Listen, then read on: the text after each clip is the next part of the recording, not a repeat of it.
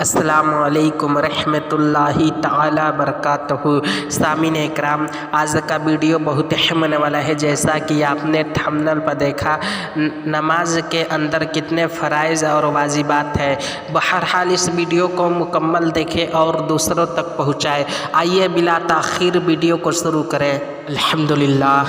الحمدللہ رب العالمین والصلاة والسلام علی سید المرسلین وعلی آلہ واصحابہ اجمعین، اما بعد، فاعوذ باللہ من الشیطان الرجیم، بسم اللہ الرحمن الرحیم، صلو علی الحبیب صلی اللہ تعالی علیہ وسلم، اللہم صلی علی سیدنا صفینا حبیبنا نبینا مولانا بارک وسلم، صلو علیہ الصلاۃ والسلام علیک یا حبیب یا رسول اللہ صلی اللہ تعالی علیہ وسلم۔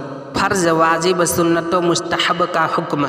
نماز کے اندر چاہے فرض ہو یا واجب ہو یا سنت ہو یا مستحب ہو، ان نمازوں کے اندر کچھ فرض ہے جس کے بغیر نماز ہوگی ہی نہیں، یعنی واجب ہے کہ جس کو قصداً چھوڑنا گناہ، یعنی جان بوجھ کر چھوڑنا گناہ، اور نماز کا پھر سے پڑھنا واجب، یعنی نماز کا دہرانا واجب ہے، اور بھول کر چھوٹ جائے تو سجدہ سہو واجب، اور بعض چیزیں سنت موقدہ ہے جس کو چھوڑنے کی عادت گناہ ہے، اور بعض مستحب ہے جس کو کرنا تو ثواب، نہ کرنا کوئی گناہ نہیں۔ فرائض نماز۔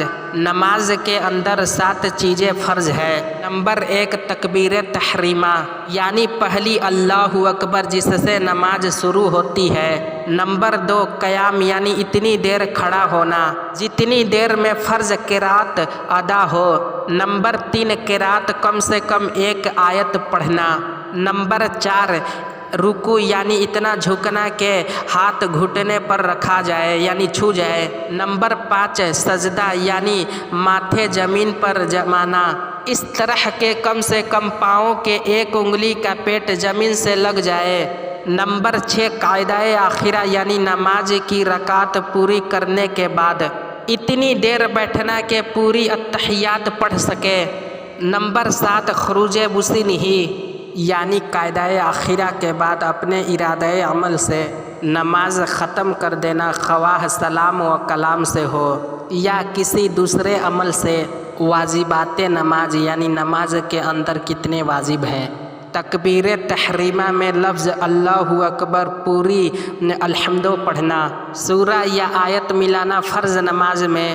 2 پہلی رکعتوں میں قرات واجب ہے، الحمد اور اس کے ساتھ سورہ یا آیت ملانا فرض 2 پہلی رکعتوں میں، اور نفل اور وتر اور سنت کی ہر رکعت میں سورہ یا آیت سے پہلے 1 ہی بار الحمد پڑھنا، اور الحمد اور سورت کے درمیان آمین اور بسم اللہ کے سوا کچھ اور نہ پڑھنا، اور قرات ختم کرنے کے بعد رکوع کرنا، پھر 1 سجدہ کرنا، پھر دوسرا سجدہ کرنا کہ دونوں سجدوں کے درمیان میں کوئی رکن نہ آنے پائے۔ تعدید ارکان، یعنی رکوع، سجود، قوما۔ جلسہ میں کم سے کم 1 بار سبحان اللہ کے برابر ٹھہرنا۔ قوما، یعنی رکوع سے سیدھا کھڑا ہو جانا۔ سجدہ میں ہر پاؤں کے 3 انگلیوں کا پیٹ زمین سے لگنا۔ جلسہ، یعنی دونوں سجدوں کے درمیان، یعنی پہلا سجدہ کر کے سیدھا بیٹھنا۔ قاعدہ اولا، اگرچہ نماز نفل ہو فرض، اور وتر سنن میں قاعدہ اولا میں تشہد کے بعد کچھ نہ پڑھنا، دونوں قاعدوں میں مکمل تشہد یعنی اتحیات پڑھنا۔ یوں ہی جتنے قاعدے کرنے پڑے سب میں تشہد واجب ہے، اگر 1 لفظ بھی چھوٹے گا تو ترک واجب ہوگا۔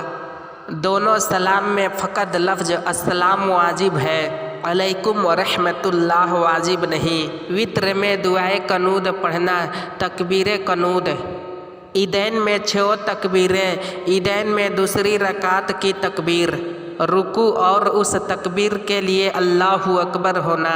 ہر ظاہری نماز میں امام کو ظاہر سے قرات کرنا اور غیر ظاہری میں آہستہ۔ ہر فرض واجب کا اس کی جگہ پر ادا ہونا، رکوع کا ہر رکعت میں 1 ہی بار ہونا، اور سجود کا 2 ہی بار ہونا، دوسری رکعت سے پہلے قاعدہ نہ ہونا۔ اور 4 رکعت والی نماز میں تیسری پر قاعدہ نہ ہونا۔ آیت سجدہ کی تلاوت کی تو سجدہ تلاوت کرنا، سہو کی تو سجدہ سہو کرنا، 2 فرض یا 2 واجب یا واجب و فرض کے درمیان 3 بار سبحان اللہ کہنے کے برابر دیر نہ ہونا۔